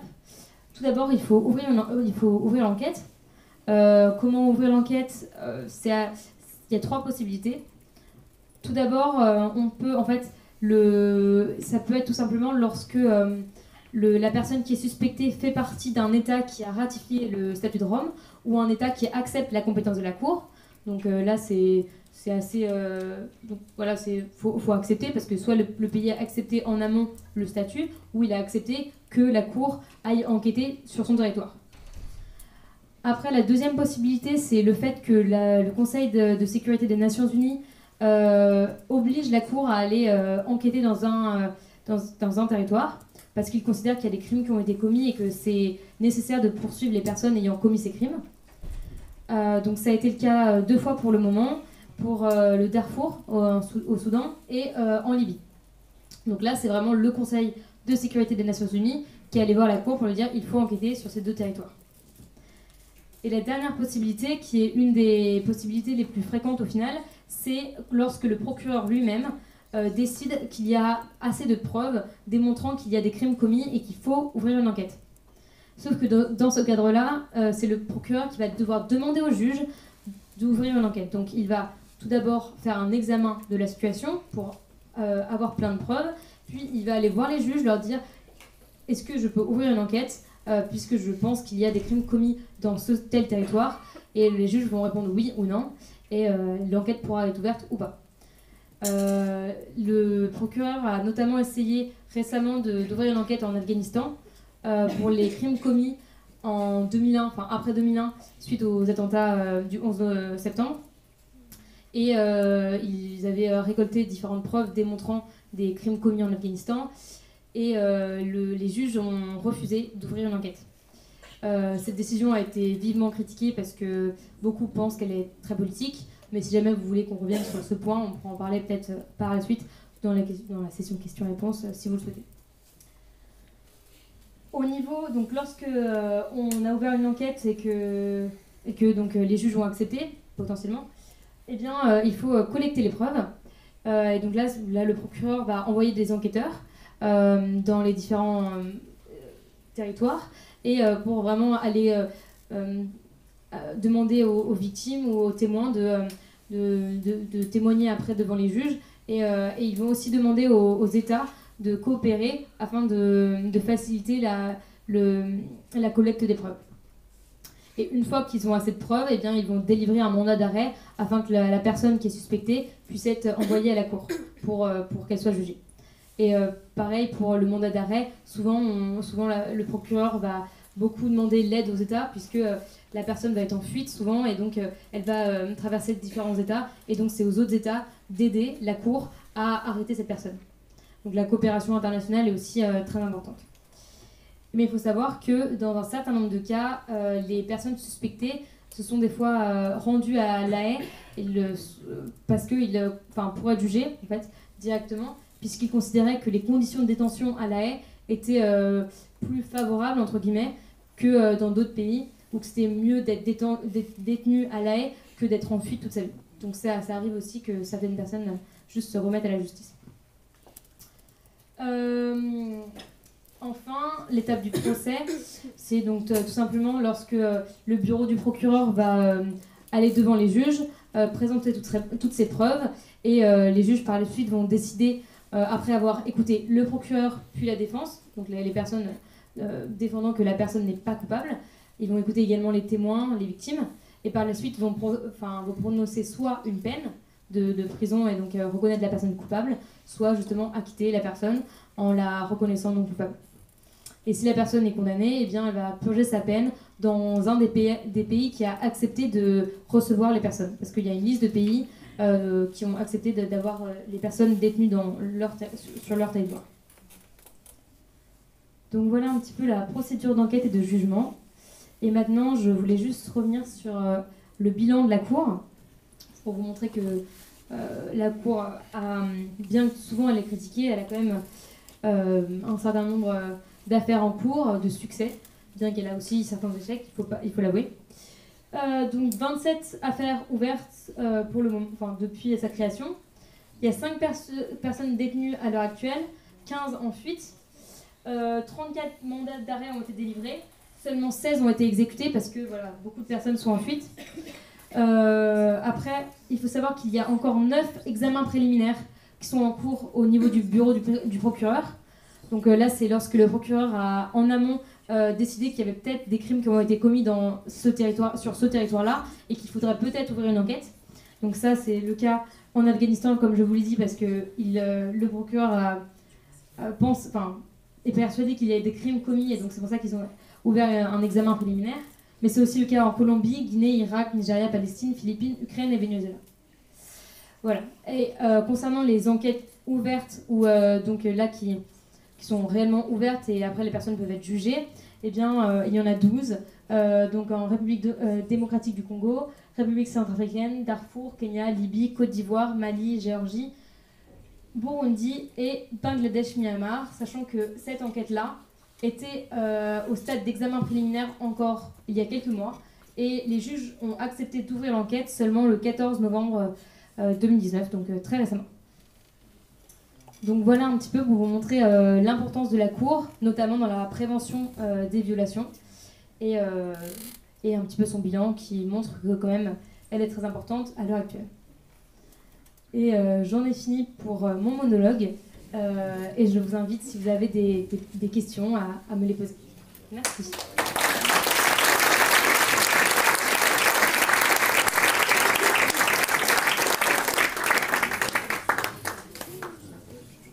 Merci beaucoup, tout d'abord. Je voulais juste vous donner 2 petites règles pour les questions. S'il vous plaît, levez la main. Et comme on est pas mal, s'il vous plaît, posez une seule question à la fois. Je pense qu'elle a déjà bien parlé, elle va vous répondre, donc ça ne sert à rien de poser 3 questions. Merci beaucoup.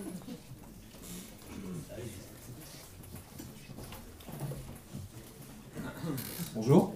Bonjour. Alors, je vais essayer de bien formuler ma question. Vous avez parlé au début de frontières de plus en plus poreuses entre des gens qui sont reconnus comme combattants et ceux qui ne sont pas reconnus comme combattants. Notamment, il faut porter un uniforme. Alors, on voit que c'est plus forcément le cas aujourd'hui. Et dans ce cas-là, par rapport au statut de prisonnier de guerre, j'aimerais savoir quel est le statut qui est accordé aux personnes qui ne font pas partie d'un groupe officiel, qui sont mineurs du coup. Qui sont mineurs? Oui, parce que je parle sur le problème des enfants soldats notamment. Ah oui. Eh bien, là, en fait, on va être. Déjà, il faut savoir que dans le DIH, il n'y a que 2 catégories de personnes, soit les combattants et les civils. Donc, lorsque la personne n'est pas considérée comme combattant, elle sera forcément civile. Et lorsqu'on est civil, eh bien, on a certaines protections. Mais lorsqu'on a participé aux hostilités, comme ça peut être le cas des enfants soldats, eh bien, il y a des dispositions qui s'appliquent. Mais donc ça s'appelle les civils participants aux hostilités. Et donc dans ce cadre-là, ils seront jugés comme tels. Sachant que pour les enfants, c'est encore différent. Parce que là, quand je disais jugés comme tels, je parlais plus des personnes qui sont combattants non officiels. Parce que dans le cadre des enfants, eh bien, c'est plutôt les droits de l'enfant qui vont régir leur situation. Et souvent, en fait, ils vont pas forcément être jugés pour les crimes commis, comme c'est le cas à la CPI. Ou alors, il y aura des dispositions un peu particulières et spécifiques à leur cas, je pense. Je sais pas si j'ai... C'est quoi ces dispositions en fait, là, ça va dépendre beaucoup de la nationalité de l'enfant et de la loi en place dans l'État, en fait, malheureusement. Je veux dire, en France, on a des dispositions qui font que l'enfant sera jugé par telle juridiction et il y aura des conditions un peu particulières. Voilà, ça dépendra aussi du pays, puisque là on voit que c'est pas la Cour pénale qui est compétente, donc du coup foncièrement ça va être plutôt les juridictions nationales, et donc ça va dépendre vraiment de la loi en place dans les États. Bonsoir. Je me posais la question si certains États utilisaient les forces de police de façon très violente. Est-ce que ça rentre dans ce cadre-là? Alors en fait là ce serait plutôt donc un conflit armé non international, puisque conflit armé international c'est vraiment entre deux États établis. Donc là on rentre dans l'autre catégorie et ça peut faire partie en effet d'un mouvement d'insurrection contre le mouvement en place, le pouvoir en place. Et donc, en effet, le DIH peut s'appliquer, mais encore est-il qu'il faut qu'il y ait un certain niveau de violence, et ça, c'est soumis à interprétation aussi. Ça, c'est souvent en fait la difficulté de savoir si le DIH peut s'appliquer, et si c'est pas le cas, et bah, du coup, ce sera plutôt les droits de l'homme, ou alors encore le droit criminel ou le droit pénal de chaque pays. Mais ça, c'est vraiment sur le seuil de nuisance, je pense, et le niveau de violence. On va vraiment en regarder. Bonsoir. Pour faire suite un peu à ce qu'il disait un peu plus tôt par rapport à la question des enfants, etc., qui vont être jugés sur le territoire national, est-ce que le CICR, par exemple, met en place des plaidoyers pour la façon dont ces enfants-là vont être jugés, compte tenu du fait que ce n'est pas des prisons françaises, par exemple, et qu'un enfant envoyé dans certains... En tout cas, même si on pourrait débattre là-dessus aussi... Oui, alors c'est intéressant, cette question est très intéressante, enfin, comme tout, hein, bien évidemment, parce qu'il faut savoir que au niveau du CICR, donc ils n'ont pas vraiment de pouvoir pour obliger l'État de mettre en place telle ou telle loi, mais pourtant en fait déjà il y a une position du CICR sur la question et le sort des enfants, puisque déjà ils essayent de suivre un petit peu les droits liés à la protection de l'enfance. Et ces droits disent que les groupes armés ne devraient pas recruter des enfants. Enfin, on doit avoir l'interdiction de recruter des enfants de moins de 15 ans. Et ils peuvent recruter des enfants de moins de 18 ans si ce n'est pas de la participation directe aux hostilités. Donc par exemple, c'est juste aider le groupe armé dans plutôt les questions de logistique. Donc ça, c'est un peu la position du CICR sur ça. Après, le CICR donc, va appeler les États à tenter de s'aligner à cette position-là. Et donc, voilà, il va y avoir bien sûr des articles de fait, ils vont sûrement... voilà, c'est des actions de diffusion et de plaidoyer. Et oui. Et ce que je voulais dire aussi, c'est que souvent, le CICR, ce qu'il fait, c'est qu'il met en place sur le site du CICR des lois modèles que les États après peuvent seulement retranscrire dans leur loi nationale. Donc c'est vraiment c'est vraiment des documents Word où il y a des trous, et donc le pays peut juste en fait modifier à sa sauce pour avoir un peu les mêmes bases au niveau mondial, quoi. Donc c'est pas trop mal aussi.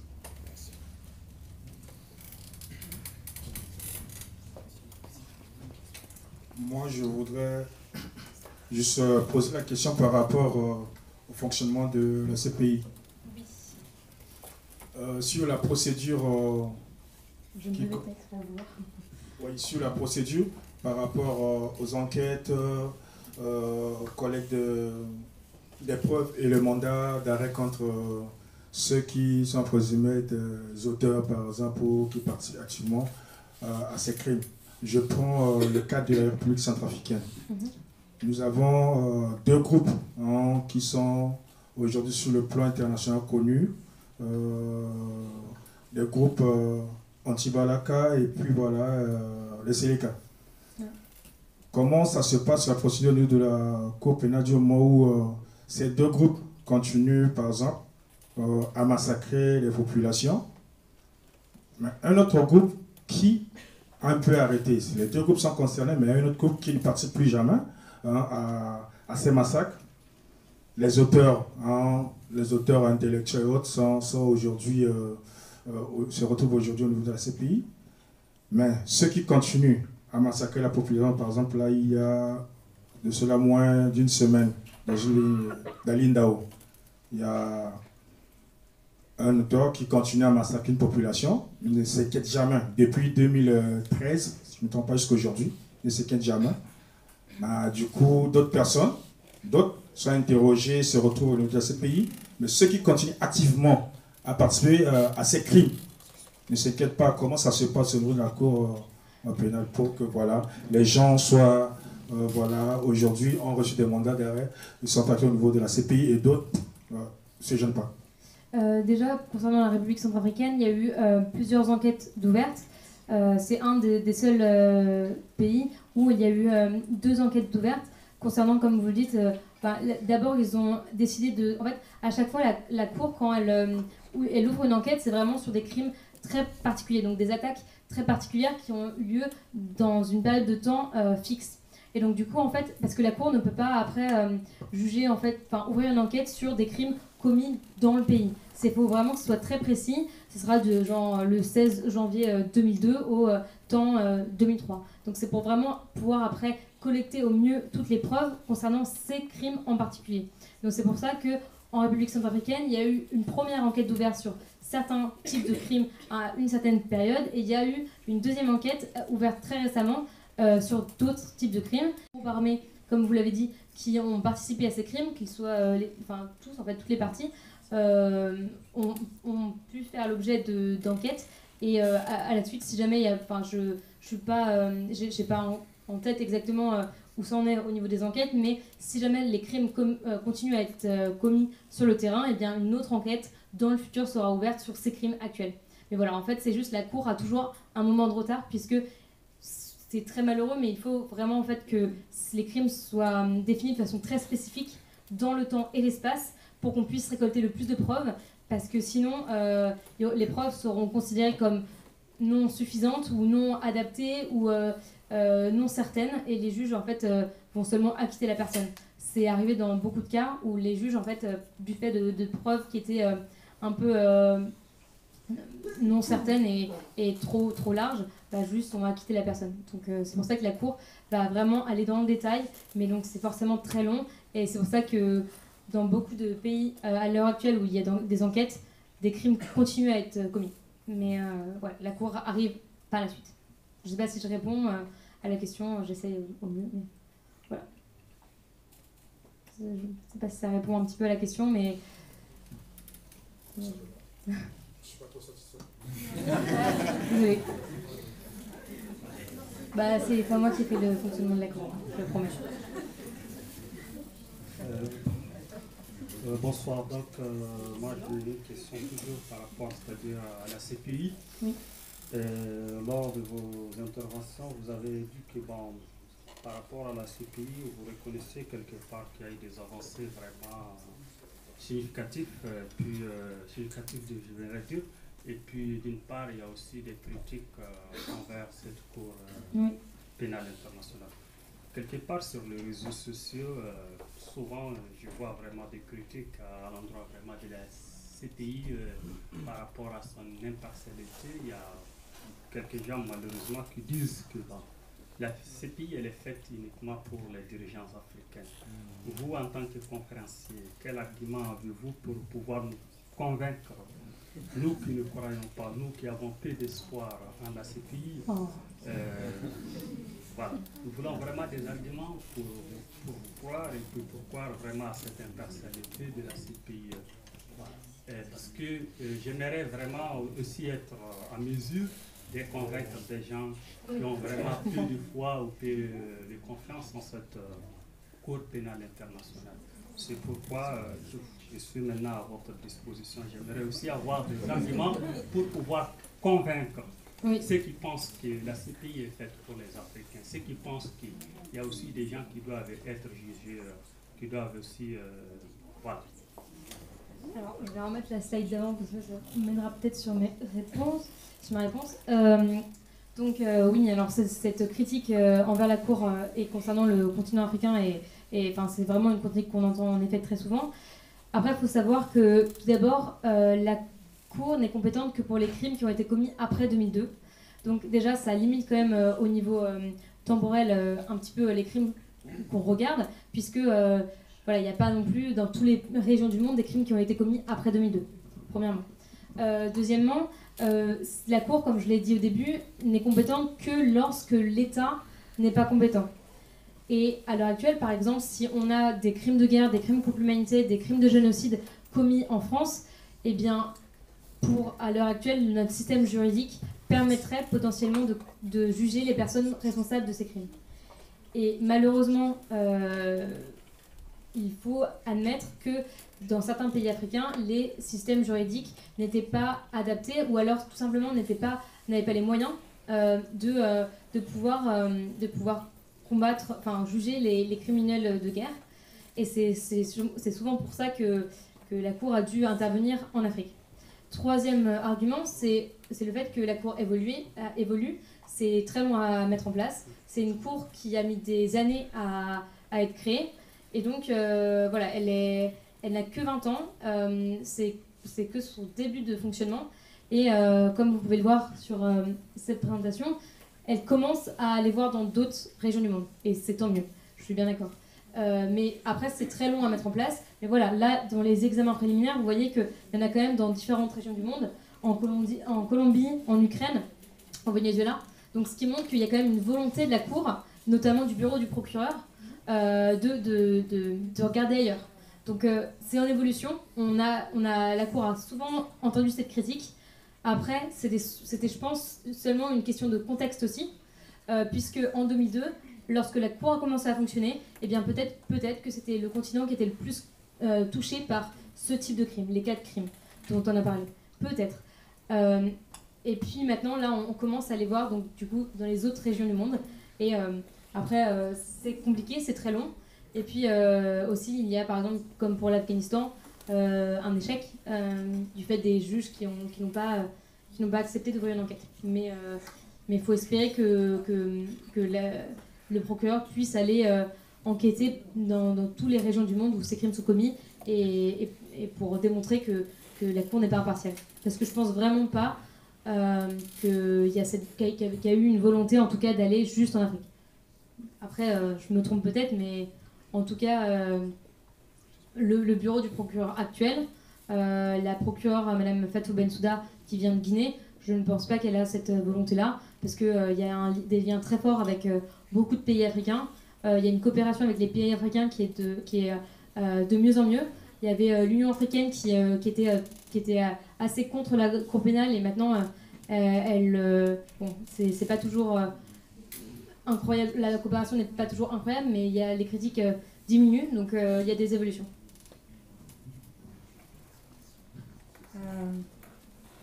Moi, j'avais une question par rapport à justement le cas de l'Afghanistan.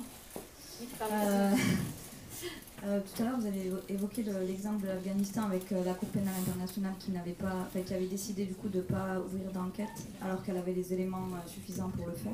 Moi, je voulais savoir pourquoi en fait, sur quels critères elle s'est basée pour pas le faire. Alors c'est vraiment important comme question, et c'est une question assez compliquée parce que en réalité on ne comprend pas vraiment pourquoi les juges ont pris cette décision. Donc faut savoir que c'était vraiment le procureur qui a décidé qui considérait qu'il y avait des crimes commis en Afghanistan et qui allait devant les juges pour leur demander d'ouvrir l'enquête. Donc c'est les juges uniquement qui ont décidé qu'il n'y avait pas de légitimité à ouvrir une enquête. Et ils se sont reposés sur un argument notamment, c'était le fait que ça irait à l'encontre de l'intérêt de la justice. C'est ce qui est écrit dans la décision juridique. L'intérêt de la justice. Déjà, c'est vrai que c'est un terme assez abstrait, qui ne veut un peu tout et rien dire. Donc c'est pour ça aussi que cette décision est très critiquée, puisque on ne comprend pas trop pourquoi. Vraiment. C'est, en fait, j'ai eu la chance de pouvoir faire un stage à la CPI, donc j'ai compris même des retours de mes collègues qui comprenaient vraiment pas pourquoi. J'étais dans le bureau du procureur et vraiment c'était révoltant comme décision. Et surtout, c'est une décision que beaucoup prennent comme une décision très politique parce qu'on touchait en fait les États-Unis. Et ça, c'est, je pense, tout simplement la raison. Donc, mais bien sûr, ils n'allaient pas écrire dans la décision, c'est parce qu'on a peur qu'il n'y ait pas de coopération par les États-Unis, donc ils se sont basés sur l'intérêt de la justice. Parce que oui, en effet, on peut justifier le fait qu'on n'a pas un budget pour toutes les enquêtes et que déjà qu'on est dans beaucoup de pays, donc c'est compliqué de continuer les enquêtes, c'est compliqué d'aller partout et c'est vrai qu'on a un budget limité. Mais en attendant, quand il y a de tels crimes commis, qu'il y a des communautés derrière qui attendent vraiment la cour et qui ont espoir dans la cour, une telle décision avec un tel terme utilisé, intérêt de la justice, c'est très décevant. Et donc voilà, mais je pense beaucoup, comme beaucoup, que c'est une décision beaucoup plus politique parce qu'on touchait les États-Unis et qu'on savait que en fait, ça serait un échec puisqu'il n'y aurait pas de coopération, qu'on n'aurait pas pu récolter de preuves, ce qui est peut-être vrai. Et donc ça ne servait à rien d'ouvrir une enquête où on savait qu'il y avait toutes les chances d'échouer. Et du coup, l'impartialité de la justice, de la Cour pénale internationale, là c'est légitime que certaines personnes pensent qu'il y a des problèmes. Avec des décisions pareilles et aussi peu motivées, une décision de justice doit être motivée, et là accessoirement c'était un petit peu vague et ça voulait tout et rien dire. Et là c'est vrai que moi ça me pose question dans le sens où je me dis, je comprends les gens qui doutent de l'impartialité de la Cour pénale internationale et de l'existence de l'international humanitaire. L'existence du DIH, je ne sais pas si je le relierai à ça parce que je pense vraiment qu'il est nécessaire dans tous les cas. Il est important et faut le diffuser. Donc que ça soit par la Cour, mais aussi tout simplement à notre niveau national. Donc ça, c'est plutôt chaque État qui en a la capacité. Donc ça serait à chaque pays de le faire.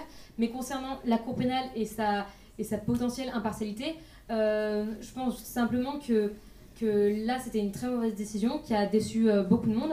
Et heureusement, la procureure a décidé de faire appel. Donc on verra ce qu'il en est. Si ça se trouve, avec la décision peut être autre. Les juges peuvent décider d'ouvrir l'enquête. Faut l'espérer. Là, c'était quand même pas mal. Ils ont ouvert Myanmar, Bangladesh. Donc c'est déjà bien pour les crimes commis contre les Rohingyas. Peut-être que tout simplement, c'est une question aussi de contexte où ils vont ouvrir... ils vont peut-être ouvrir l'enquête en Afghanistan lorsqu'on aura peut-être une autre administration américaine et qu'il y aura peut-être une coopération différente. Parce que si par exemple les États-Unis sont décidés à coopérer avec la Cour pour reconnaître qu'en effet en 2001 il y avait effectivement une responsabilité de leur pays, eh bien peut-être que la Cour jugera qu'on peut avoir un succès et dans ce cadre-là peut-être ouvrira l'enquête. Il faut l'espérer. Voilà, là, je pense que c'est sûr qu'en effet, il faut être aussi réaliste. S'ils avaient ouvert l'enquête à l'heure actuelle sous Trump, clairement, ils auraient zéro coopération. Déjà que Trump est totalement contre la Cour. Donc, c'est vrai que ça pouvait servir à rien et peut-être gâcher, entre guillemets, du budget, bien que c'est affreux pour la communauté qui est en Afghanistan, qui attend une réponse de la Cour. Je suis d'accord. C'est bon encore. Ah, oui. En rebondissant encore un peu sur ce dossier-là, juste une petite clarification pour commencer, c'est la Cour de justice internationale qui aurait mandat sur les États, c'est ça, et la CPI oui. Qui serait sur les personnes. Oui. Comment est-ce qu'une Cour comme celle-là est capable de faire appliquer, par exemple, son droit justement sur des pays autres que, par exemple, l'hégémon américain, compte tenu justement du fait qu'on n'a pas vraiment de moyens coercitifs pour forcer ces États-là qui sont surpuissants à plier, même quand on voit l'inefficacité du système onusien en général. Et je pense que par exemple il y aura des questions un peu à se poser. On a parlé de l'Afghanistan, de l'Irak, mais on pourrait surtout parler peut-être de l'Iran à venir avec les interventions qui ont eu lieu récemment. Donc comment est-ce qu'on peut mettre en place des actions, et si le Conseil des 5, le Conseil de sécurité n'est pas actif, finalement c'est quoi nos moyens de protection face à ça, quoi. Bon, après ça, moi j'arrive, je suis au Canada, donc j'ai pas de problème. Oui, non, mais je pense que de toute façon, comme pour le système onusien, il n'y a pas réellement de réponse parce que je pense qu'il y a un réel blocage. Et c'est pour ça aussi que là, j'ai un peu, avant de venir, vraiment réviser un peu tous les succès de la CPI. Et les succès de la CPI, c'est quand même dans des États qui étaient aptes à coopérer. Et donc peut-être que c'est juste le temps et le fait que les pays d'eux-mêmes acceptent la juridiction de la Cour et la compétence de la Cour pour ces crimes. Parce que lorsque dans tous les cas un État refuse, la Cour n'est pas souveraine non plus et elle ne peut pas violer l'indépendance, l'intégrité, la souveraineté d'un État. Donc c'est vraiment à chaque État de eux-mêmes décider de coopérer. C'est pour ça aussi que la communauté internationale doit garder foi en la Cour pénale pour encourager les autres États à coopérer, quoi. Donc, je ne sais pas vraiment comment répondre à cette question parce que comme pour l'ONU, lorsqu'il y a un blocage et un veto, on ne peut rien faire. C'est aussi pour ça que c'est très compliqué d'adopter même de nouveaux traités, comme pour le traité sur l'arme nucléaire.